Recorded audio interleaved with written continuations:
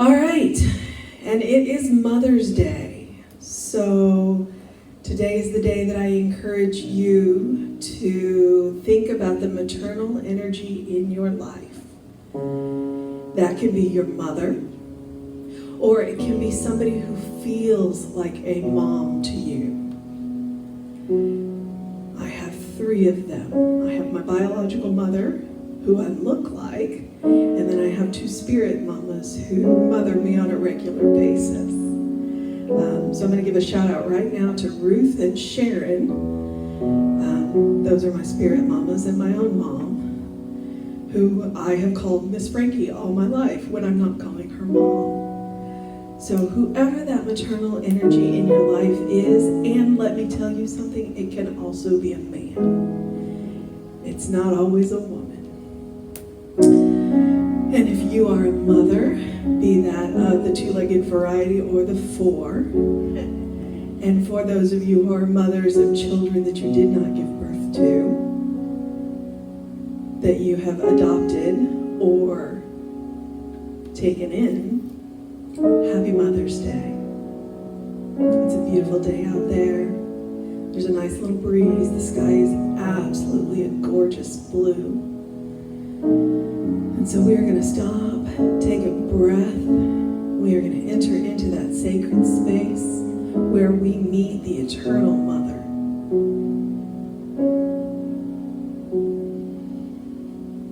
And we are going to sit in that love for a moment.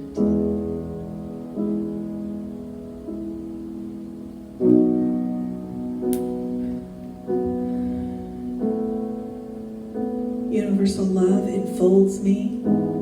Universal wisdom inspires me. Universal spirit enlightens me. Universal power encircles me. I am one and all is well.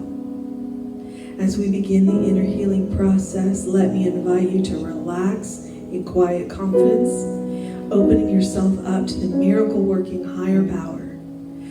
Now, symbolize the unity of your thinking and feeling nature by touching your chest with your right hand, and let my words act as your own for your own inner acceptance and receptivity.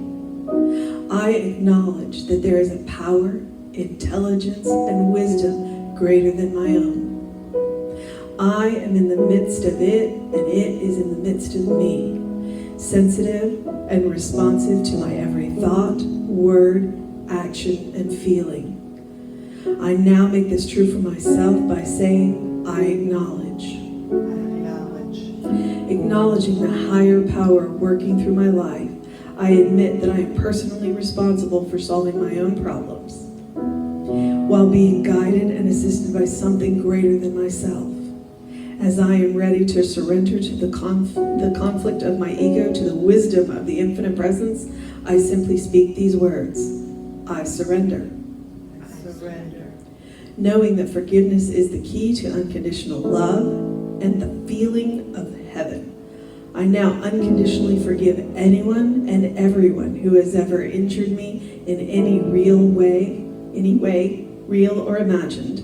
And I now forgive myself for all my mistaken judgments and their resulting actions. From my deepest level of understanding, I now say, I forgive. Realizing that I am continually experiencing the effects of my own thinking, I now choose to allow this higher power to recreate me deeply, filling my mind with thoughts that are only constructive, positive, loving, and beautiful. I call upon this divine inflow by stating aloud, I choose.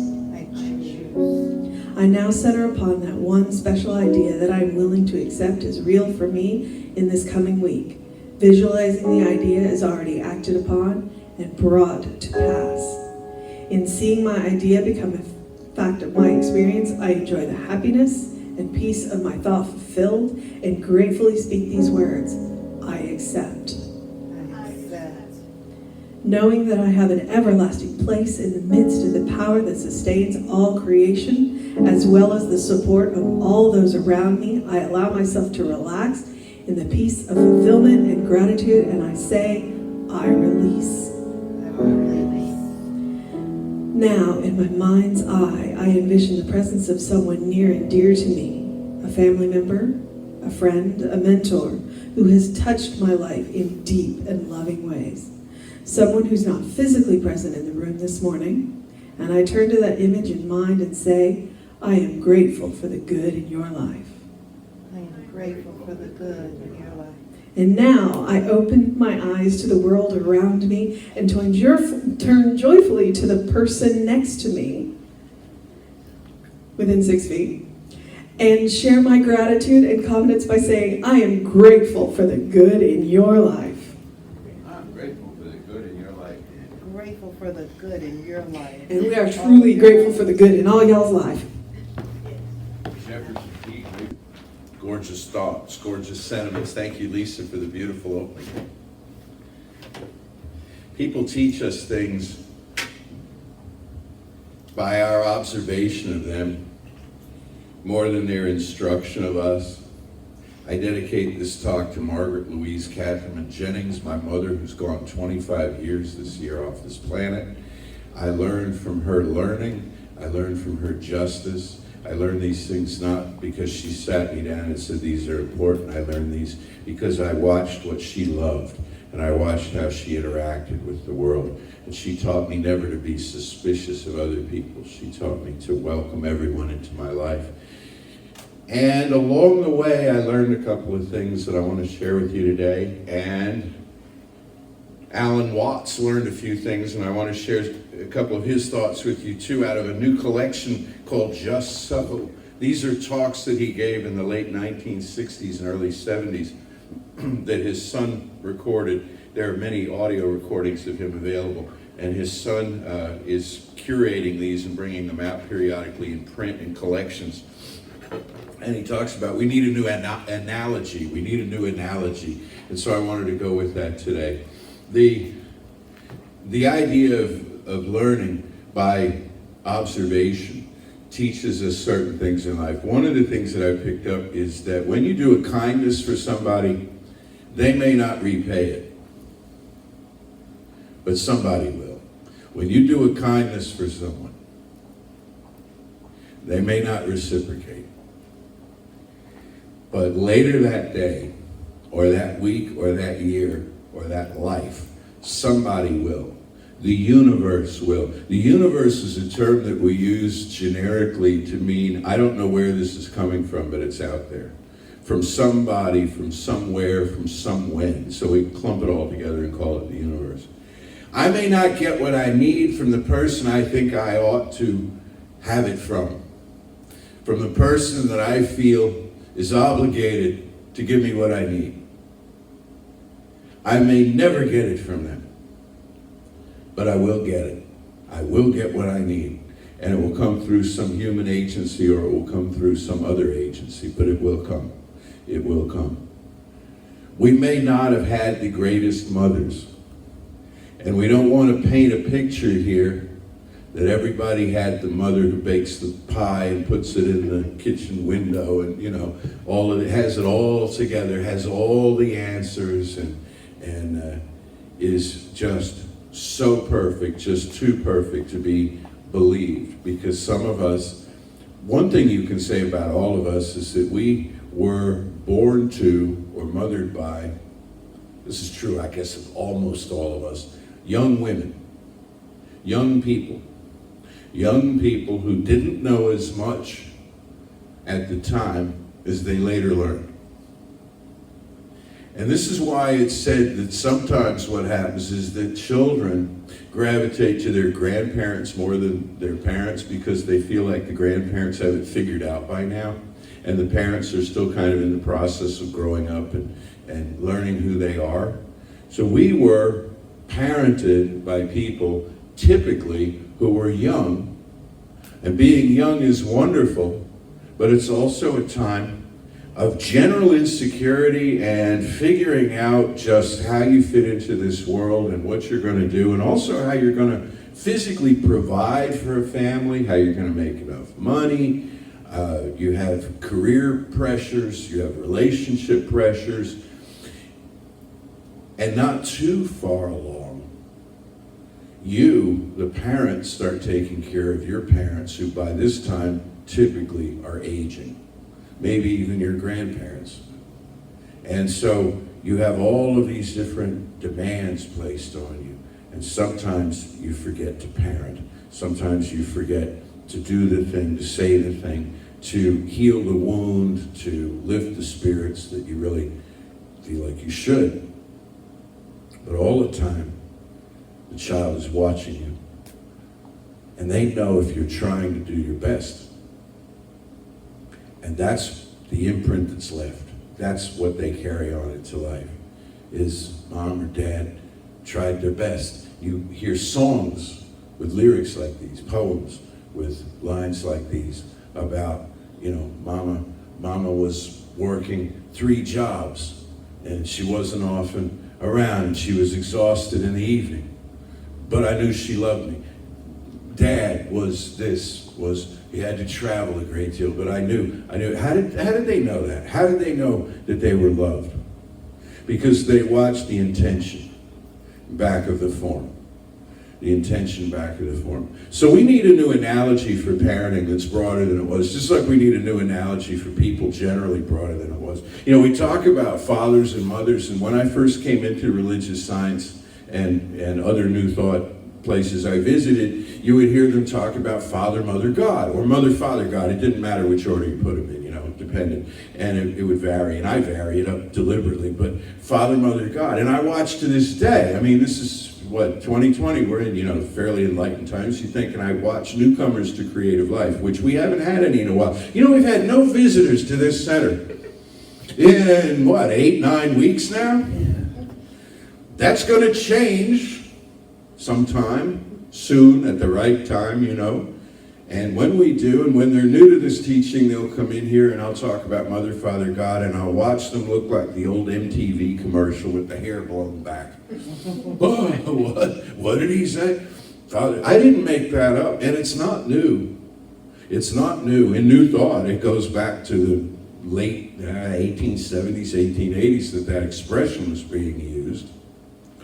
Because spirit is androgynous. And so we think, well, isn't it enlightened of me to have Mother God and Father God? But what about gender fluidity? What about a spirit that's not gender assigned? And sometimes people will say things like, that's just going too far. Welcome to the religion of going too far. We are the place that goes too far. People, that's just, I don't know what to make of that. Well, yeah, you do. Yeah, you do. Because you see, everything that we assign as roles and characteristics and specifications, all of this stuff is made up. It's all just at the level of chromosomes in you, the level of biology of you. Yes, you may present a certain identity to the world, but the fact is you're a mix of all possible realities. Your DNA is a mix of all possible. Now they're saying we have Neanderthal in us. We have who knows what. It's all a mix. And that's just the biology of you. And there's an exobiology of you. There's a higher biology of you that's greater than just what your body contains. And it's what your spirit contains, which is, in a word, everything. So Alan Watts, speaking almost 60 years ago, was talking about how we need a new analogy, and what he was referencing was Newtonian mechanics. He says Newtonian mechanics are outworn. Newtonian mechanics basically says I drop the apple, it falls. There's laws, the principles that are inexorable and so on. And that when I figure out how these things operate, I can develop mechanisms, structures to use them and to serve people by them. And so steam engines can be created, and ultimately internal combustion engines, and we can drive across the planet, and we can have this and this, and we can have wires up and have our telephone systems and all. And Watts points out, again, these decades ago, he says all these things are going away at some point. He said the time is going to come. And people were like, yeah, right. When? by looking at a screen, which two of my beloveds are doing right now in front of me. By looking at a screen, you can access all the information of the world. He said that and people rolled their eyes, I'm sure. When will that happen? Here it is. Here it is in front of us. He said the time will come when we won't need houses because with our minds we'll be able to create an environment that's warm and safe and protected from the elements and that has everything within it. Like a dome, created simply out of the head. He said the time will come when we'll be able to move from place to place by the movement of mind, and we won't need machinery in order to conduct us there. And at times you hear these things and they sound fantastic, and then you think how far we've come just in the time that we've come. But basically, he said we need to replace Newtonian mechanics with something different, which he drew from Taoism, and he called it an organic life, an organic view of systems theory, where everything is connected, not simply in a cause-effect mechanism, but it's connected at every point. It's unified at every point. When you come into New Thought and you hear that the point of this teaching is that you should have independence, that you should have personal agency and personal power, what I really want you to understand is that is true, and it means something beyond that, which is you are to realize your own personal agency so that you might be a better citizen of the planet, so that you might be a better member of the human family and your own family, and a better worker and a better leader and a better follower and a better musician and a better whatever it is you do, a better minister, so that you might connect with the others out there. Because independence leads to interdependence, a recognition of interdependence. This is not a teaching of just fierce individualism, where I get what I need, where I climb on board and pull the ladder up after me. No, this is about sharing the good and spreading the good around. And sometimes the good doesn't come back to you from where you think it should, but it will come back to you. And here's an example of that I read this week. Navigating the news thread, which is an interesting thing in these times, as you know, because some of it is just awful. And some of it isn't. My job is to bring you some of the stuff that isn't. Because the stuff that isn't awful, it's the stuff that's going to last. It's the stuff that we're going to remember. It's going to make the imprint on the human psyche that's going to change everything down the road. So here it is. And the first part of this I had shared with you last year or the year before or something, when I first became aware of it. In 1847, there was the Trail of Tears, where Native American tribes were rousted out of principally Florida, the southeast, and they were relocated to what was called at the time Indian Territory, Oklahoma. The Choctaw tribe amongst them, the Seminole amongst them. Choctaw, the Seminole, many died along the way. They were horribly abused. And at some point, when they had been resettled in Oklahoma, they got word, which in those days had to be mouth to ear kind of word, that there was great suffering going on in another part of the planet. Somebody who knew somebody who was from Ireland, who told them about the Irish potato famine, which raged for about 10 years in the 1840s and 1850s. 1.5 million Irish died of starvation. Another 1.5 million or so immigrated to America and to Canada. Well, these Choctaw pulled together the equivalent of, I think it was $1,500 in today's money, $200 and something in 1847 money. And they packed it up and they sent it to Ireland. And they said, we know what it's like to be hungry. Okay? We know what it's like to be hungry. That was 160, 153 years ago. The Irish have never forgotten this. There's a statue in County Cork of a feathered crow in recognition of the Choctaw people and what they did. And two presidents of Ireland, or Taoiseachs, two prime ministers of Ireland, Taoiseachs as they're called, have come to the Choctaw people in Oklahoma in recent times to thank them. Today with the COVID-19 virus, the Navajo and Hopi, there's a large Navajo reservation in Arizona, and it encircles a small Hopi reservation. And on these reservations, particularly the Navajo that I'm aware of, 30% of the people do not have running water. And they are ravaged by the coronavirus. Just to give you a statistic that you're not going to want to hear, the three places that have the greatest rate of infection in North America per capita are New York, New Jersey, and the Navajo Nation. $2 million has been raised in the last month for a GoFundMe campaign to assist the Navajo in creating an infrastructure. And there are groups that have been working on this for a long time, but it's difficult because of the remote geography and all of the things go into it. And some stonewalling and some backpedaling and some shenanigans, but also some geographical, legitimate concerns and what have you. Well, $2 million has been raised through this GoFundMe campaign, and guess who most of it came from? The Republic of Ireland. How great is that? Now, the Navajo, in my opinion, never should have been moved around. People should not have to live on reservations. The Trail of Tears never should have happened. There's an awful lot in human history that never should have gone down the way that it did. But here we are. Here we are in this year, and what are we going to do about it?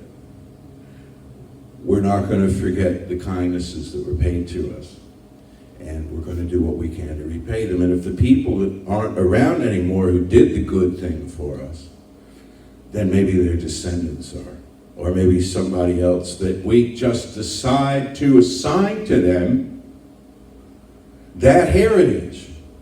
The way Lisa mentions that she has a mother and she has two mothers who are spirit mothers. She chose them, they chose her. There's no documentation of this, right? There are no papers on file in some office. She just decided that's who these people were. It's like your friends, man. You pick your friends, right? And you don't sign some kind of blood oath with your friends that you're going to know. It's just there's an affinity there, and sometimes friendship ebbs and wanes, and then it grows again, and you change friends or add more as you go along through life and all the rest of this. But the whole thing's subjective, So why not decide who it is that carries on the tradition that you want to honor in your life? Who is your honorary mother? And it's simpler than we make it sound. This whole matter of spirituality, this whole matter of trying to figure out the next right thing to do. My mother probably didn't always do the right thing. She didn't make the right career moves and all the rest of this, but I watched her work through her life, and she always had a joy. I guess if I had to boil it down to one thing about her that I just really took away was she loved this world. She loved this world. She loved the features of the world. She loved to travel. She loved the people in this world, the people that she met. She was curious and interested, and curious not in a creepy way that was like all up in their face, but she was curious about who people were and what their process was and what led them to the choices they made and all the rest of this. And I trotted along behind her, and I was an only child, so I was the only interpreter of this. If you have siblings, you talk amongst yourselves about it, and you kind of figure out a story. But being an only child, it was like I interpreted it. This was my takeaway.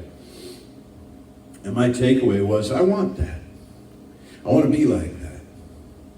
I want to be like that, not so she'll love me more than she does, because she couldn't have loved me any more than she did, which was a lot, And it wasn't for approval. It wasn't who's watching or any of the rest. It's, I want that because I want to feel as good about myself as she evidently does about herself. That's what I want. And that's the big takeaway. It's simpler. Emerson said we look too far away for reality. Reality is right here. The beauty and wonder of it is right here, close to us. So I'll finish with this. I got more notes than I had time for. But you've got lunch to eat, and you've got a mom to honor, however you're doing that, virtually or actually. You've got, call her. I'll put it in New York term. Call her. Put it in New York term. You should call your mother. Call your mother. Call your mother. Let her know you care. But Alan Watts, just to wrap up on him, and I hope you look into him. And he's all over YouTube. Mostly audio, but he's a great voice, great teacher. Anyway, he told a story. He said when he was very young, he was 20 in 1936, when he went to the World Parliament of Faith, which later became the World Parliament of Religions, but this was among the first of these, if not the first. And they had all the heavies of the time, who were, Radha Krishna was there, and all of these great spiritual teachers, and he got to hear D.T. Suzuki, who was a leading exponent of Zen Buddhism at the time.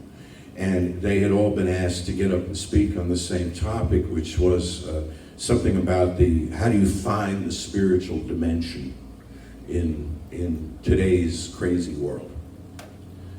Something to that effect, but about like ferreting out the spiritual reality. And so one after another, these leading light, all of them men at the time, they all got up and they gave the talk they'd prepared, and Watts sat there as a 20-year-old, and he's just kind of bored. Because they're all talking in real sort of ponderous terms, And finally here comes Suzuki. And he says, I'm not as learned as these others on the platform, and I'm intimidated by being here, and I really don't know what you want from me.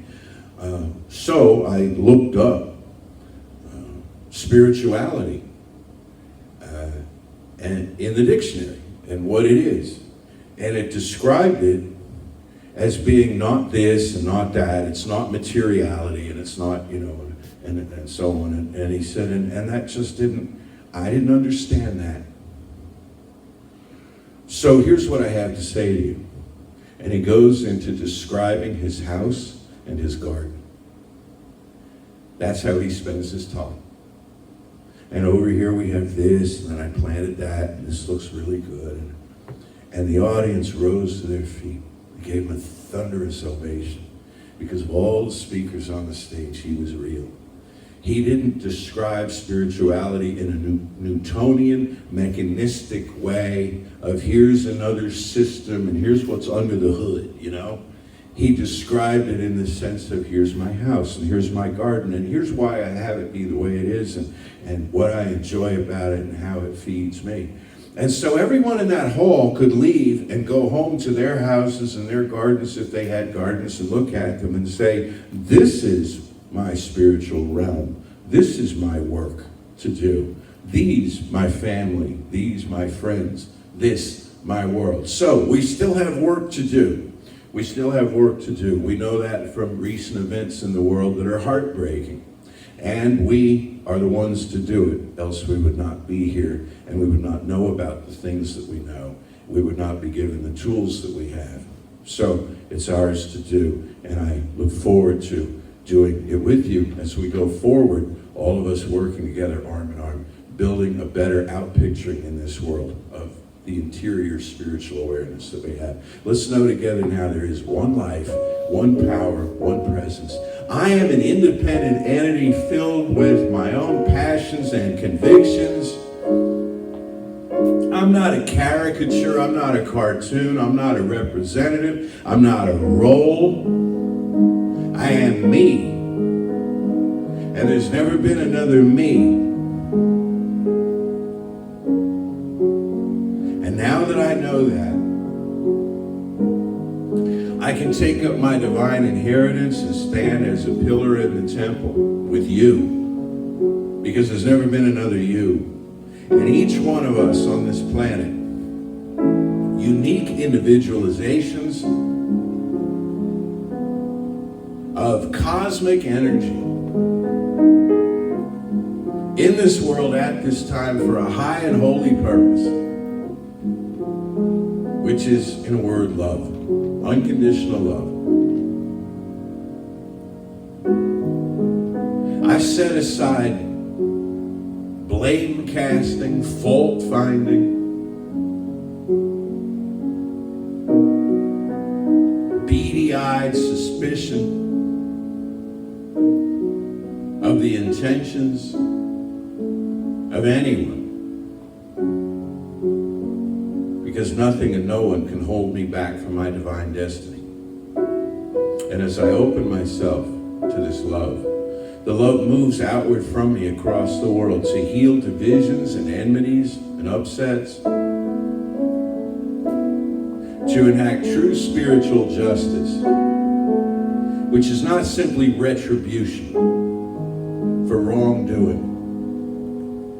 Justice is, as the symbol has it, a scale, a balance, a weigh, a measuring, a meeting out in materiality of spiritual truth. For matter is measured into form, and we each receive back in due measure that which we feel we are. Yet, there are times when we forget to the point where we're taken advantage of, to the point where others can act out on us their own unhealed conflicts. Well, there's a higher way than this, where we can all learn without harm. We can all grow without crowding out anyone else's personal agency and greatest good. And I call for that way to make itself known now. Free of fear, living in the light, looking at our houses, our gardens, our world, and saying, here is the source of all creation, here at hand, as love. For this knowing, for my mother, all mothers, all of us who've had mothers, I am so deeply grateful. I release this word now into that one life that I will in fact think of now as my mother, father, God. And I let it be so, and so it is. So it is. No. Are we not blessed to have those two angel voices with us today? Yes. You're going to come back and do the last song too, right? The piece? Yes. Oh, okay, good. I'm asking them to do it. In CLC, we call that voluntold. All right. Yes, we have learned many lessons. One is never say, hey, I think I want to do in front of Jesse, because guess what? You're doing. You're going to do it. He will make a way. All right, so I mentioned my mother, my biological mother, who I love, and I mentioned my spirit mamas, who I also love. And there was one mother that I didn't mention, and I have a mother-in-law, and I love my mother-in-law. So I don't want to leave the mom-in-laws out, because I have an absolutely wonderful mother-in-law. And so shout out to all the in-law mothers, because they raised the sons that we married, or the daughters that we married, Moms are very important in a variety of ways, even if we learn from them what not to do. So, in the honor of Mother's Day, I invite you to take a nice deep breath, breathe it all the way down. And as you relax and release the breath, just kind of relax. And breathe in one more time, and breathe in that loving maternal energy that Spirit is. Wherever that maternal energy is coming in to your life from. The caring, the nurturing, the teaching, the empathy. All of those qualities that we associate with mom. And if she's with you now, or if she's moved on, please know there is always a line open. can't call her on the telephone, you can call her in your heart. And she is always with you. In knowing that there is one life, one power, one presence, one love. I'm a part of that love. You are all a part of that love. And that love is greater than the sum of its parts. That love encompasses the whole of reality. So as the Irish step back to support the Navajos, repaying a debt from several hundred years ago, so too is it with the rest of the world. The kindness will be repaid. Give freely in that kindness and know that it will come back to you. And it will come back to you in glorious, unexpected ways. Because love is another word for kindness, and kindness is another word for love. And so I send you into this day with kindness. I send you into this day with love. And I send you into this week knowing that you carry that sacred space and that sacred mother within your heart. And I release my word knowing it is done. And I am grateful. I am grateful for this place. I am grateful for these people. And I am grateful for you. And so it is. So it is. Say with me now, something wonderful is happening through me. Something wonderful is happening through me. I feel it in my body. I feel it in my I body. feel it in my mind. I feel it in my mind. I feel it in every